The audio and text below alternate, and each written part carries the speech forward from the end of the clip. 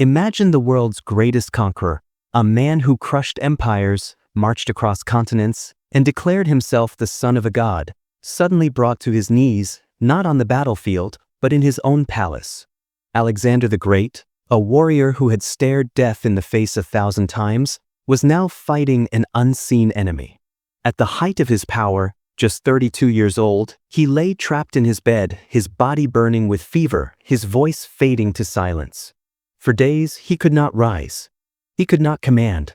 He could only watch as the empire he built with blood and steel began to tremble without him. His soldiers, men who had followed him from Greece to the edge of the known world, now filed past his chamber in silence, gazing upon their king with tears in their eyes.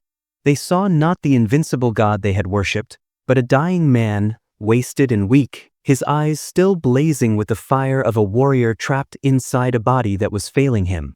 Outside the palace walls, rumors spread like wildfire. Was their king poisoned at the banquet table? Betrayed by those closest to him?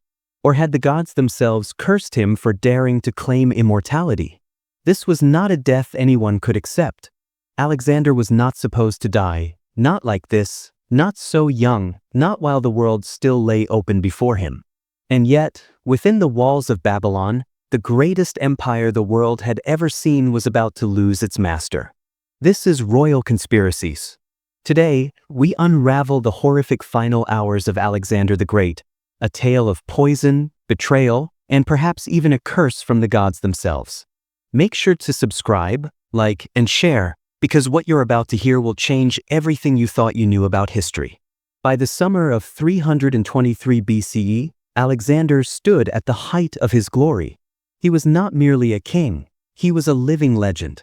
His armies had crushed Persia, stormed Egypt, marched through the Hindu Kush, and carved their way into India. His empire stretched across 3 continents, larger than anything the world had ever seen. To his men, Alexander was no ordinary ruler. He was invincible, a man who had faced death countless times on the battlefield and emerged stronger each time. They whispered that he was more than mortal, that he carried divine blood in his veins. And Alexander did little to quiet these whispers. He wore the ram-horned crown of Zeus Ammon, demanded recognition as the son of a god, and sat on a throne that once belonged to Persian emperors who had called themselves King of Kings. But behind the image of immortality, Alexander was weary. His body carried the scars of endless wars, wounds from arrows, slashes from swords, and a near-fatal injury from the campaigns in India. His relentless march had broken empires, but it had also broken his own health. Years of feasting, heavy drinking, and constant campaigning had taken their toll. He was a man in his early 30s, but his body bore the exhaustion of a lifetime of conquest. Yet Alexander was not finished. Even after 10 years of continuous war, he dreamed of more. In Babylon, the glittering city he had chosen as the new heart of his empire, he laid plans for his next conquest, Arabia. His ships were already being built. His generals prepared for another campaign. The world itself seemed too small for him. And then, everything began to unravel. One night in June, after a day filled with sacrifices to the gods and feasting with his companions, Alexander attended a great banquet in the palace of Nebuchadnezzar. The hall was alive with music, laughter, and the clatter of cups. Generals, courtiers, and nobles from every corner of the empire gathered around their king, toasting his victories, pledging their loyalty, and awaiting the next campaign. At the height of the celebration, Alexander raised a massive bowl of unmixed wine, a dangerous drink by Greek standards, but one he often enjoyed. He lifted it in honor of Hercules, the divine ancestor he claimed as his forebear, and drained it in a single swallow. The room roared with approval. Alexander, always eager to outdo himself, grinned, but then suddenly his face twisted in pain. His hand clutched at his stomach. His breath caught. Witnesses say he staggered, his eyes wide with something that looked less like drunkenness and more like terror. Some laughed at first, thinking their king had only overindulged. He had always been a heavy drinker. But Alexander did not laugh. His body shook. He let out a cry and collapsed into the arms of his attendants. The music stopped. The feast froze. A silence heavier than iron fell over the hall as the conqueror of the world was carried out of the banquet chamber, his body racked with agony. By morning, Alexander was confined to his bed. The fever burned through him. He struggled to rise but collapsed back against his pillows. His voice was faint, his breath shallow. His physicians surrounded him, whispering urgently, their faces pale. Outside, the soldiers waited anxiously for news. For years, they had followed him into the jaws of death. But now, with no battle to fight, they stood powerless, watching their god-king suffer. Rumors spread like wildfire through the camp. Had the wine been poisoned? Had a traitor slipped a deadly substance into his cup? Or was this the punishment of the gods, divine retribution for Alexander's arrogance in calling himself their equal? The god who could not die had begun his final battle. And this time, there would be no army to save him. The palace of Nebuchadnezzar in Babylon was a place of magnificence, a jewel of the ancient world. Gold-lined walls reflected torchlight, musicians played exotic instruments from faraway lands, and long tables overflowed with roasted meats, fruits, and overflowing bowls of wine. For Alexander, it was more than a feast. It was a stage, a place to remind his generals, courtiers, and foreign guests that the master of the world was no mere man, but a god in flesh. But this night, something went terribly wrong. According to ancient accounts, Alexander attended 2 separate feasts in the final days of his life. At the first, held in honor of one of his close friends, he drank heavily, as was his custom. At the second, he insisted on drinking an enormous bowl of unmixed wine, raw, unwatered, and dangerous. The Greeks considered it barbaric to drink such wine, but Alexander wanted to prove his strength, his connection to Hercules, who was said to down great quantities of wine without faltering. Witnesses say he drained the vessel in a single swallow. The hall erupted in cheers, but the joy did not last. Moments later, Alexander gasped in pain. He clutched his stomach and let out a sharp cry that echoed through the chamber. The musicians stopped playing. The laughter froze. At first, his companions thought it was a cramp, or perhaps the king had simply overindulged. But when Alexander staggered and nearly fell, panic rippled through the room. His face was pale, his body trembling. Attendants rushed forward, carrying him from the hall to his chamber. Behind them, silence followed. For the first time in memory, their invincible king looked weak. The night passed in unease. Outside the palace, soldiers muttered nervously around their campfires. In their eyes, Alexander was immortal, the man who had led them through deserts, storms, and endless wars without ever faltering. How could the conqueror of Persia, the son of Zeus Ammon, be struck down by a mere cup of wine? Inside, the whispers were darker. Some claimed poison had been slipped into his drink. Who could have done such a thing? Fingers pointed in every direction. Some named Antipater, the Macedonian regent back in Greece, who had long feared Alexander's wrath. Others suspected jealous generals who dreamed of carving up the empire for themselves. A chilling rumor spread of a poison drawn from the river Styx, a mythical substance so deadly it burned through the flesh of any container, stored only in the hollow of a mule's hoof. Could such accursed liquid have been poured into Alexander's cup? But there was another possibility. Babylonian priests murmured of omens, that Alexander had angered the gods by destroying sacred temples and demanding worship. Perhaps it was not poison at all, but a divine curse. To them, the sudden agony that followed his boastful toast to Hercules was no accident. It was punishment. By the next morning, Alexander's condition had worsened. His stomach churned, his fever rose, and his strength dwindled. Yet his mind remained sharp. He gave orders, he asked questions, he looked into the faces of his doctors with suspicion. He knew, as everyone in the palace now knew, that his final battle had begun. The Feast of Babylon, meant to celebrate his glory, had become the beginning of his downfall. And the question that haunted every man in that palace was one that would echo for centuries.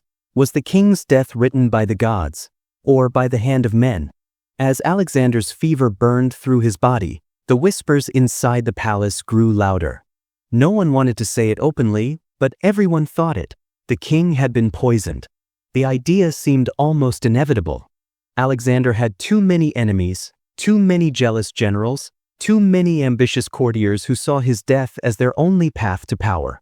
To believe that the most powerful man in the world could simply fall to a sickness? For his soldiers and companions, that was unthinkable. No, someone had to be responsible. The first name whispered was Antipater, the regent of Macedonia. Antipater had been left behind to govern Greece while Alexander marched east. He was loyal once, but in recent years, tension had grown between them.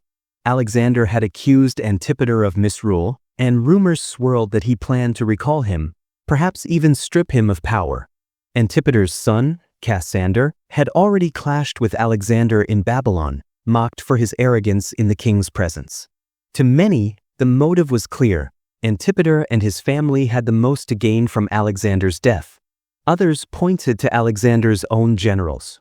Men like Ptolemy, Seleucus, and Perdiccas had shared in his conquests but now stood in the shadow of his greatness. As long as Alexander lived, they were nothing more than lieutenants beneath a god-king. But if he died, they would become rulers in their own right. History would later prove this true, for after Alexander's death, these very men carved his empire into pieces for themselves. Could the plotting have begun even before his final breath? And then there was the chilling story of the river Styx poison. Ancient writers claimed a deadly substance had been drawn from that mythical river in Greece, said to be so toxic it dissolved any container, stored only in the hoof of a mule. This poison, the story went, had been smuggled all the way to Babylon, slipped into Alexander's wine on the night of the banquet. The detail was fantastical, but the ancients believed it. For them, no ordinary sickness could explain the drawn-out agony of their king. Only a cursed, divine poison could. But others dismissed the story.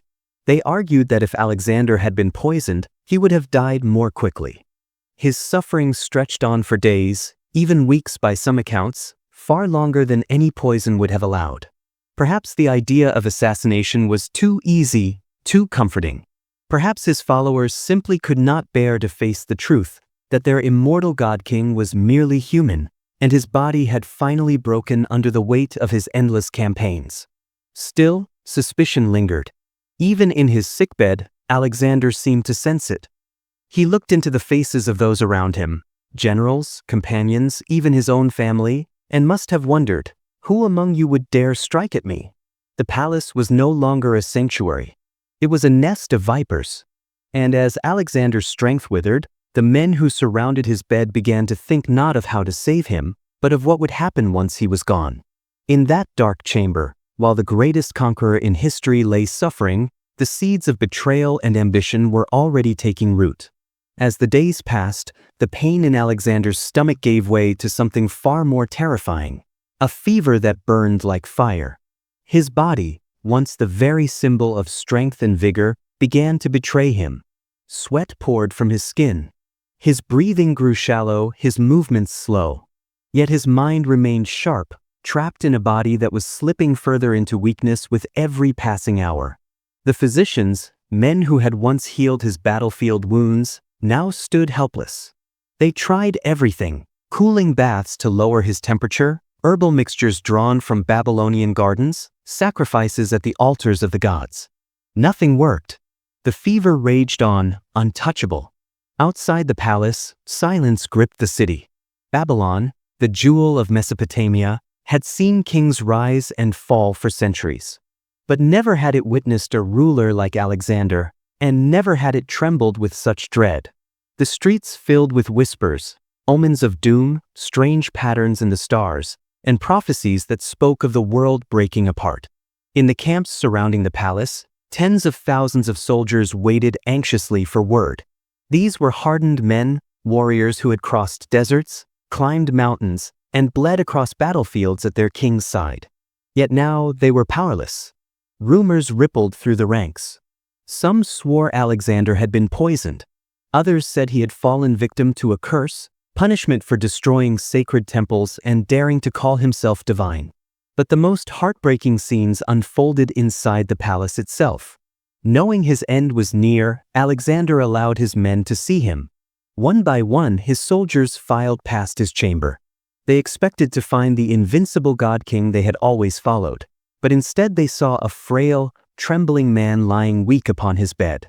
His eyes still blazed with the fire of command, but his body looked broken, his lips cracked, his voice barely a whisper. The silence was overwhelming. Hardened warriors wept openly as they passed. Some reached out to touch his hand. Others bowed their heads in despair. They had conquered the world together, and now they realized they were about to lose the man who had led them. The fever showed no mercy. Alexander could no longer stand. He could barely lift his head. Yet he forced himself to remain conscious, to greet his men, to show them that he still lived. He understood better than anyone that his presence, his very heartbeat, was the thread holding his empire together.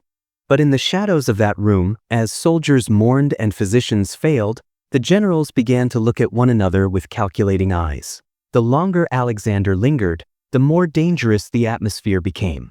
If he died, who would rule? Would the empire survive or shatter into pieces? The burning fever was not only consuming Alexander's body, it was consuming the fragile unity of the empire he had built. And every hour he remained alive, writhing in agony, the tension grew sharper. The God King was dying, and the world knew it. Inside the towering walls of Nebuchadnezzar's palace, the atmosphere shifted from mourning to menace. What had begun as a desperate attempt to save Alexander soon became a silent contest for power. His generals, men who had once sworn loyalty unto death, now eyed one another with suspicion, each wondering who would rise when the king inevitably fell. The vast palace became a fortress of secrets. Every whispered conversation seemed like a conspiracy. Every gesture could be betrayal. Even Alexander's most trusted companions were not beyond suspicion. He had no legitimate heir old enough to rule.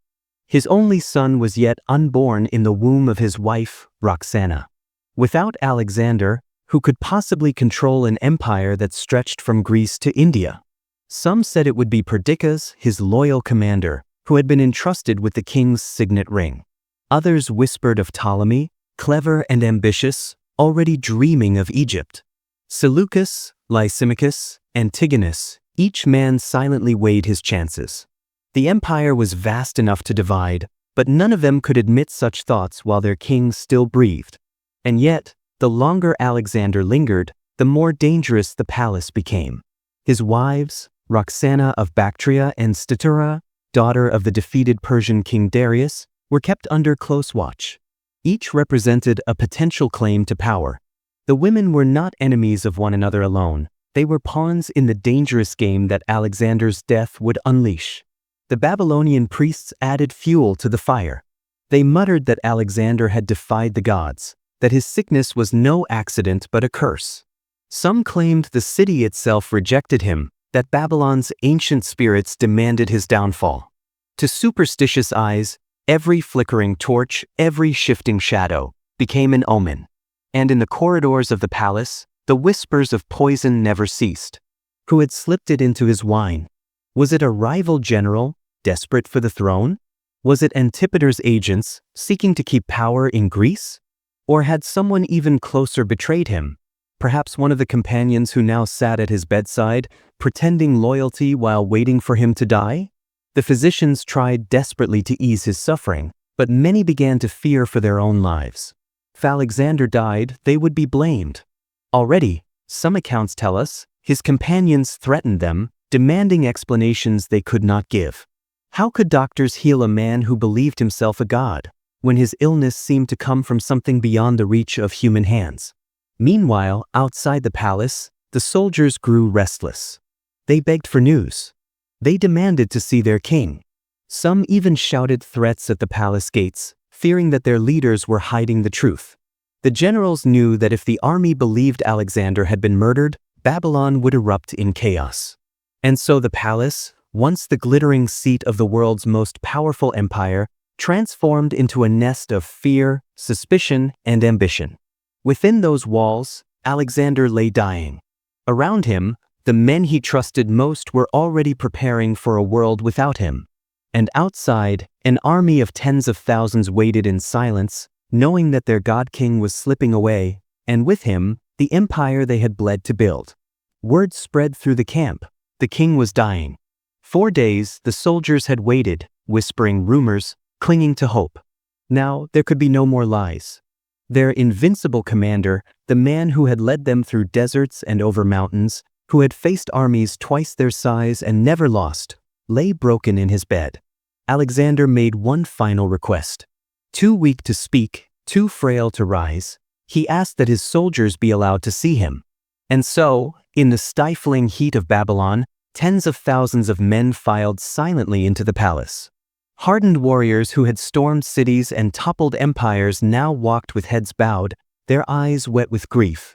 One by one, they entered the chamber where their king lay. What they saw broke them. Alexander, once a figure of unstoppable energy, now looked like a shadow of himself. His body was thin, his lips cracked, his voice gone. Yet his eyes, fierce, unyielding, still burned. Unable to speak, he raised his hand slightly, acknowledging each man as he passed. The silence was unbearable. No words were spoken. Only the sound of footsteps, the quiet sobs of soldiers who had once believed their king could never die.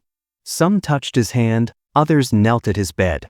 Many left in tears, their faith shattered, their hearts heavy with the knowledge that the world was about to change forever. For Alexander, it was not just a farewell. It was a final act of command. Even on the edge of death, he showed his army that he still lived, that their god-king was not yet gone. But in truth, every man who left that room knew the end was near. As Alexander's strength faded, one question hung heavy over Babylon. Who would rule when he was gone? The conqueror had no clear heir. His only legitimate son had not yet been born. Roxana, his queen, was pregnant, but her child's fate was uncertain. Another possible heir, Heracles, was illegitimate and vulnerable. The generals knew the truth. Without Alexander, the empire might collapse. Each man looked at the other, calculating, waiting, ready to seize power the moment their king breathed his last. Whispers grew sharper. Alliances were forming. The empire Alexander had built with blood and brilliance now stood on the edge of tearing itself apart, all because its god-king was slipping into silence. The palace was silent. The air so heavy, it felt as if even the walls themselves were holding their breath. Alexander's fever had consumed him. His body was motionless, his lips barely moved, his eyes glazed with pain. Those closest to him gathered around the bed, generals, friends, and his grieving queen Roxana. Then, with the last of his strength, Alexander whispered when asked who should succeed him. To the strongest. It was both a command and a curse. Moments later, the great conqueror of the world, the man who had never known defeat, the son of Zeus Ammon, closed his eyes and was gone. The king who had marched across continents, who had dared to call himself a god, now lay still, silent, cold, and human at last. When the word spread, it did not spread like a rumor. It struck like thunder. Alexander the Great was dead. For a moment, no one believed it. How could they? This was the man who had crossed the Hellespont at just 20, who had defeated Darius of Persia, who had marched into the heart of India and declared himself the son of a god. He was supposed to be untouchable, eternal, chosen by fate itself. And yet, in Babylon, he now lay still on his deathbed. The soldiers who had filed past him only days before refused to accept it. Many wept openly, tearing their tunics, beating their chests. Some shouted in anger, cursing the gods who had allowed their king to fall. Others whispered that he had not died at all, that he only slept, and would soon rise again to lead them. Across the empire, the news traveled like wildfire. In Macedonia, in Greece, in Persia, in Egypt, whole cities erupted in mourning. In some places, people refused to believe he was gone. Statues of Alexander were decorated with flowers, temples rang with prayers begging the gods to return him. But beneath the grief lay something darker. For 10 years, Alexander had been the glue that held together a kingdom that stretched from Greece to India. His charisma, his genius, his ruthless drive, these were the forces that kept men loyal and nations obedient. Without him, the empire was like a mighty ship whose captain had suddenly vanished in the middle of a storm. The generals, the so-called successors, felt it immediately. They knew the soldiers loved Alexander, but that love would not extend to his unborn child or to any single commander among them. Already they looked at one another with suspicion. Already, alliances began forming behind closed doors. The streets of Babylon echoed with grief, but in the palaces, daggers of ambition were being sharpened. Alexander's death was not just the end of a man. It was the spark of something far worse, decades of chaos, betrayal, and blood. His soldiers would mourn. His people would pray. But his generals would fight like wolves over the carcass of an empire. The world had lost its conqueror. And now the world would burn for it. And so the conqueror was gone. But the question that echoed across centuries was never silenced. How did Alexander the Great truly die? The official story recorded in ancient texts says he was struck by a raging fever, perhaps malaria, perhaps typhoid, an illness that consumed him over 12 long days until his body finally surrendered. A natural death, claimed the scribes. Yet whispers of poison refused to die. Some say the cup of wine he drank after a banquet had been laced with something fatal. His enemies, jealous generals, or even political rivals back in Macedonia, any could have plotted it. But skeptics argue, what poison could drag on for 12 days, torturing a man but not killing him quickly? Others believed betrayal lay closer to his heart. Some accused Antipater, his powerful regent in Macedonia, whose sons were present at Babylon. Was this the silent dagger of ambition, striking before Alexander could strip him of power? And then there are those who look to the heavens. To them, Alexander was no ordinary man. He had defied the gods, claimed himself their equal, even their son. Was his death not illness, not poison, not betrayal, but divine punishment? A curse, delivered from Olympus itself, for daring to walk as more than mortal. The truth has never been proven. The greatest conqueror in history left no clear heir, no clear cause of death, only questions. But perhaps that is the final triumph of Alexander the Great. For though his body died in Babylon in 323 BCE, his legend has never faded. His death remains as mysterious, as contested, as his life was glorious. And as we look back, one fact is inescapable. Whether by poison, betrayal, or curse, the gods themselves seemed to conspire to ensure that no one man, not even Alexander, could ever rule the world forever. And so ends the tale of Alexander the Great, a man who conquered the world, but could not conquer death. Was it poison, betrayal, or a curse from the gods? The truth may forever remain hidden in the shadows of history. But one thing is certain, his story still haunts us today. If you were drawn into this mystery, don't let it end here. Subscribe to Royal Conspiracies, where we uncover the dark secrets, betrayals, and shocking truths of history's greatest rulers. Tell us in the comments what you believe. Was Alexander murdered, or did fate itself strike him down? And remember, history is never as simple as it seems.